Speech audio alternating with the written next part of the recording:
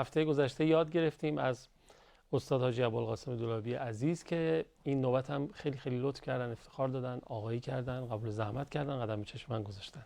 آقا سلام، خیر مقدم، خوش اومدید. علیکم السلام و رحمت الله. بسم الله الرحمن الرحیم. عرض سلام و ادب دارم محضر بینندگان عزیز و آرزوی موفقیت و در این ایام نورانی ماه رجب التماس دعا دارم از همه بینندگان عزیز، مخصوصا این ایام که ایام اعتکاف هم به تازگی پایان پذیرفته و انشاءالله بسیاری از بینندگان ما با دعای مقبول و حاجت روا از اعتکاف برگشتن و بیننده این برنامه هست. آره، این تولد دوباره شون طبق برخی از روایات دوباره متولد شدن. حالا ما بحثمون استقامت در قرآنه. این کارهایی که ما توی ماه رجب میکنیم، مثلا سفارش شده صدقه بدین، استغفار کنین، نمیدونم همین اعتکافی که انجام شد، بالاخره مردم بیشتر اهمیت میدن به عبادت و دعا و معنویت. اینا چه تأثیری داره توی استقامت؟ یک نکته بسیار خوب رو حضرت علی فرمودید و اتفاقا بحثی رو که من در ذهنم بود بیان بکنم، رابطه دعا و استقامت. چه جالب. من اجازه بدید با قرآن عرایزم رو آغاز کنم. میفهمید. ما در سوره مبارکه بقره آیاتی داریم که این آیات رو با آیات معراج معروف است. آیاتی است که اشاره به سفر معراجی پیغمبر داره و دعایی که پیغمبر در سفر معراج به محضر خدا عرضه داشت. خیلی جالبه. لحظه دعا، لحظه قرب، لحظه اتصال، لحظه‌ای که پیغمبر به عالم ملکوت پیوسته، ثم دنا فتدلی، در اوج قرب به پروردگار متعال. اونجا باید مثلا به فکر عشقبازی با خدا و لذت از این مؤانست با خدا باشه. اما ببینید مثلا دعاهایی که پیغمبر در این حالت به محضر خدا عرضه می‌داره چیاست؟ آیات پایانی سوره بقره. در این حالت میگه که واعف عنا واغفر لنا وارحمنا انت مولانا فانصرنا علی القوم الکافرین. این دعای معراج دیگه، پیغمبر تو معراج این دعا رو کرده. خدایا از ما درگذر، ما رو ببخش، به ما لطف کن، به ما ترحم کن، تو مولای ما هستی، ما رو بر کفار پیروز کن. که موقع آدم رو زمینه، پاش رو زمینه، میگه خدا رو منو ببخش. موقع تو رفتی الان توی اعلی درجات تو معراج، بعد میگه خدا ما رو خیلی جای تأمل، خدای ما رو عفو کن، بعدم ما رو بر کفار پیروز کن. خیلی جای تأمل. یعنی این یه تعبیری داره مرحوم شهید مطهری، کتاب زیبایی نوشته، حماسه و عرفان. بله. میخواد بگه که ما در دینمون هم حماسه داریم هم عرفان داریم. عرفان بدون حماسه انحرافه. عرفانی که با در کنج عزلت نشستن، در یک غاری خزیدن و صرفاً به عبادت مشغول شدن، مثل راهبان که قرآن میگه و رهبانیة ابتدعوها، این بدعتی بوده که بعضیا گذاشتن. در آیین حضرت عیسی مسیح هم ما رهبانیت نداشتیم. ما کتبناها علیهم، ما اینو ننوشته بودیم که برن توی کنیسه فقط عبادت کنن، نه، باید توی میدان زندگی فعالیت بکنن، جهاد باید داشته باشن. حضرت عیسی اهل جهاد بوده. عرفان بدون حماسه باطله، حماسه بدون عرفان هم باطله و انحرافه. میشه خونریزی، میشه جنگ هایی که صهیونیستا دارن، فقط بری بجنگی اما عرفان توش نیست، ارتباط با خدا نیست، خودتی دنبال برتری جویی هستی، دنبال استیلا هستی. اگر جنگ باشه و عرفان توش نباشه، جنایت از تو دلش تولید میشه و پدید میاد و میبینی طرف مثلا چه خونها میریزد، چه خیانت ها میکند، چه جنایت ها میکند، برای اینکه برتری خودش رو تثبیت بکنه. همین قصه ای که شما در غزه دیدید و در ماجرای فلسطین مشاهده کردن همه جهانیان. و این هر دو رو، حماسه و عرفان رو، چهره‌های خیلی خوشگل و جذاب و قشنگش رو تو آدمایی مثل آج قاسم ما می‌بینیم. احسن برشون. این عرفانه، این خیلی حالات قشنگی داشتن، مردم تلویزیون دیدن گاه بیگاه، و اون حماسه. بله، هم عرفان داشت هم حماسه. البته خب حاج قاسم که هممون هم دوستش داریم، شاگرد مکتب امیرالمومنین. شاگرد مکتب. شاگرد مکتب پیغمبره. این حماسه و عرفان در دین ما اصلا در هم آمیخته است. همینطوره. شاهدش همین آیات پایانی سوره بقره است. پیغمبر تو سفر معراجه که خدایا کمکم کن در جهاد بر کفار پیروز بشم، وانصرنا علی القوم الکافرین. خب حالا من اینجا این اشاره رو بکنم که دعا تأثیر بسیار زیادی بر پیروزی در جبهه مقاومت داره و اولا انگیزه میده به مبارزان جبهه حق، ثانیاً جهت میده به حرکت اونها و به تلاش اونها. جهت میده که حرکت اونها حرکتی در راستای رضای خداست و لذا در مسیر کاری که مخالف با رضای پروردگار باشه انجام نمیدن. حاج قاسم سلیمانی که از توصیه‌هاش به نیروهای همراهش این بود که مراقب باشید بیگناهی کشته نشه. مراقب باشید در مثلا موشکی که میزنید به گونه‌ای هدف گیری کنید دقیقاً در اون جایی که دشمن ما مثلا تجمع کرده این موشک اصابت بکنه. یه وقت توی خانه یه بیگناهی یا در یک جایی که مثلا مردم بیگناهی اینجا دارن تردد میکنن موشک نندازید. خیلی مراقب بود که این روحیه کسی است که وصل به خداست، عرفان داره، حماسه‌اش با عرفان در هم آمیخته. پس هم انگیزه میگیره، هم جهت پیدا میکنه کارش و هم استقامت میورزه. چون به خدا وصله میگه من یه تکیهگاه بزرگ دارم، دست نمیکشه از حرکت خودش، خسته نمیشه. اگر در سخت‌ترین شرایط قرار بگیره باز میدونه که تکیهگاه قوی داره که پیوسته حامی اوست و داره او رو رصد میکنه و داره او رو مشاهده میکنه. عرض کنم خدمت شما، حالا ما دعاهایی که در قرآن هست وقتی میبینیم خیلی جالبه. بسیاری از این دعاها در خصوص همین بحث جهاد و بحث مقاومت و بحث استقامت و مثلا ببینید سوره مبارکه عرض کنم خدمت شما آل عمران فرماد که و کأی من نبی قاتل معه ربیون کثیر.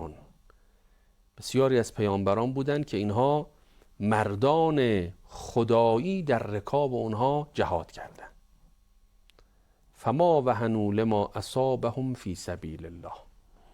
این مردان چون مردان خدایی بودند و دل به خدا داده بودند، به خاطر مصائبی که در مسیر حق به اینها وارد شد سست نشدند. فما وهنوا لما اصابهم فی سبیل الله و ما ضعفوا، ضعف نشون ندادند، و ما استکانوا، نشکستند. والله یحب الصابرین. خدا اونایی که اهل صبرن دوست داره. بعد میگه و ما کان قولهم الا ان قالوا ربنا اغفر لنا ذنوبنا و اسرافنا فی امرنا و ثبت اقدامنا وانصرنا علی القوم الکافرین. سخنشون این بود، مثل اینکه ورد زبانشون بوده، دعاشون همش این بود: خدایا اشتباهات ما رو ببخش. یعنی اینکه بدونید اگر در مسیر مبارزه شل شدید، اگر زمین خوردید، اگر عقب نشستید، این به خاطر ناشی از یک ضعفی است که در شما بوده، یه نقطه ضعفی که خودتون داشتید. لذا از خدا بخواد نقطه ضعفات رو برطرف بکنه. ذنوب، گناهان، اینا همش نقطه ضعف آدمه. اصلا گناه یعنی اون چیزی که موجب میشه تو نقطه ضعف پیدا کنی. همینطور. کسی که آلوده به گناه شد یه تعلق نادرستی پیدا میکنه، یه تعلقی که در لحظه امتحان نمیذاره شما پیروز بشی. اینا رو باید کنار زد. لذا گام اول طلب برای غفران ذنوبه. ربنا اغفر لنا ذنوبنا و اسرافنا فی امرنا. خدایا زیاده روی اگر کردیم ببخش. زیاده روی، اصلا گناه خودش اسرافه. گناه یعنی این که شما نعمتایی که خدا بهت داده درست ازش استفاده نکنی. در استفاده از این نعمت رو در جای نادرستی به کار ببری، این میشه اسراف. اسراف یعنی نعمت‌های خدا رو در جای خودش انسان استفاده نکنه. اینکه ما فکر می‌کنیم مثلا برنج اضافه رو بریزیم سطل آشغال اسرافه، برای این اسرافه، این یک مثال برای اسرافه، چون برنجش تو سطل آشغال نیست، نعمت خداست. بله بله. این نعمت خدا باید سر سفره باشه. گرسنگانی که سر سفرهشون غذا نداره این باید سر سفره اونا باشه، اینا باید بره تو سطل آشغال. نون میره تو سطل آشغال، میگیم این اسرافه. چرا میگیم اسرافه؟ چون جای نون که تو سطل آشغال نیست، جای نون سر سفره یه نیازمند، اگه تو نمیخوای بده به نیازمند. اسراف حقیقتش اینه که نعمت خدا رو در غیر جای خودش مصرف کنی. چشم نعمتی خدا بهت داده، از این چشم باید برای تحقیق و مطالعه، برای پژوهش، برای عبرت گرفتن، برای تحصیل معنویت در سایه ملاقات اولیاء خدا و امثال اینا استفاده بکنی. این چشم برای یه جای دیگری که خدا نهی کرده استفاده بکنی. این میشه اسراف. این اسراف همون گناهی است که موجب تعلق میشه، یه تعلق نادرست تو وجودت ایجاد میکنه، یا آلودگی در قلبت ایجاد میکنه. این آلودگی، این تعلق نادرست، این عرض کنم سنگینی که در دل تو ایجاد کرد که مانع پروازت میشه، در اون لحظه پرواز پاتو میگیره، پابند تو میشه. بخوای پرواز کنی بعد اینا رو بریزی کنار. ربنا اغفر لنا ذنوبنا و اسرافنا فی امرنا. خدایا اینا رو ببخش. حالا شده دیگه. حالا شده، چیکار کنیم؟ خدا باید ببخشه. خدا باید ببخشه. توجه به خدا اگه بیاد، دعا. در روایت هست الدعا مخ العباده، مغز عبادت. این دعا وقتی بیاد اونا بخشیده میشه. و یرد القضا. لازم هم نیست بگی خدایا ببخشا، همین که تصمیم داری دیگه ترک بکنی، با خدا شروع کنی حرف زدن، بنا نداری دیگه برگردی. اون تعلق پاک میشه. مثل اینکه یه اصلا همینه که پاک بشه دیگه. پاک بشه. مثل اینکه مثلا خللی، شکافی مثلا فرض کنید در یه بالونی ایجاد شده، این شکاف رو خب شما داری رفت و رو میکنی دیگه، بعدم درستش میکنی، مرتبش میکنی، مثل روز اول میشه. مثلا لاستیک ماشین فرض کن پنچر شده، این لاستیک ماشین وقتی پنچر میشه ماشین نمیتونه سریع بره دیگه، بادش کم شده. آره. دعا پنچرگیریه. دعا یه جور پنچرگیریه. وقتی دعا داری میکنی، داری سوراخ سنبه هایی که تو روحت ایجاد شده داری رفو میکنی، داری میبندی. این حذف تعلقات اضافه یا خارها، تیغ هایی که تو این لاستیک ایجاد شده داری میکشی بیرون. روحت داری آماده پرواز میکنی. دعا که کردی خود به خود این رفو میشه، پاک میشه. بعد میگی چی؟ میگی ربنا اغفر لنا ذنوبنا و اسرافنا فی امرنا و ثبت اقدامنا. خدایا من میخوام توی جهاد پام نلغزه، میخوام پام نلرزه، میخوام مقابل دشمن محکم بایستم، به من ثبات قدم بده. وانصرنا علی القوم الکافرین. و ما رو بر کفار پیروز کن. پس ببینید دعا رمز مقاومت و رمز پیروزیه. مردان خدا که خدا در قرآن ازشون یاد میکنه، دعاشون این بوده که خدا گناهانشون رو ببخشه و تعلقاتشون رو از بین ببره تا بتونن مقابل دشمن بایستن و پیروز بشن. این تأثیر دعا. حالا اینا رو برای چی گفتیم؟ چون ماه رجب ماه دعاست. آره. و این دعا خاصیتش اینه که مقاومت ملت رو بالا میبره. بی خود نیست علمای ما، بزرگان ما این فصل رجب، شعبان، رمضان رو فصل عبادت و دعا و تقرب میدونن و از تک تک لحظاتش استفاده میکنن. خدا به ما هم توفیق بده ان شاء الله حواسمون به این شب و روزایی که داره میگذره به صورت برق و باد، نیمی از ماه رجب گذشت، باشه بیش از پیش و از خدا چیزهایی رو بخوام که خودشون یاد دادن به ما در قرآن کریم دیگه. چجوری بخوام؟ اجازه میدین یکی از این آیات که فرمودین مرور کنیم با هم دیگه برگردیم ادامه فرمایشات شما. بسم الله. بفرمایید. اللهم صل علی محمد و آل محمد و عجل فرجهم. آیه 147 سوره مبارکه آل عمران رو دوستان پخش کرد. ما آیات دیگری هم داریم که باز می‌بینیم که دعای برای پیروزی در برابر مفسدان، در برابر ظالمان پیامبران الهی داشتن. نقش دعا در پیروزی و در بالا رفتن مقاومت اینجا معلوم میشه.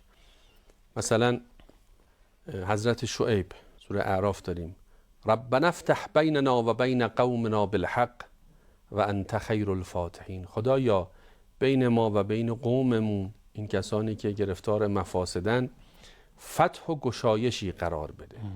فتح یعنی پیروزی دیگه.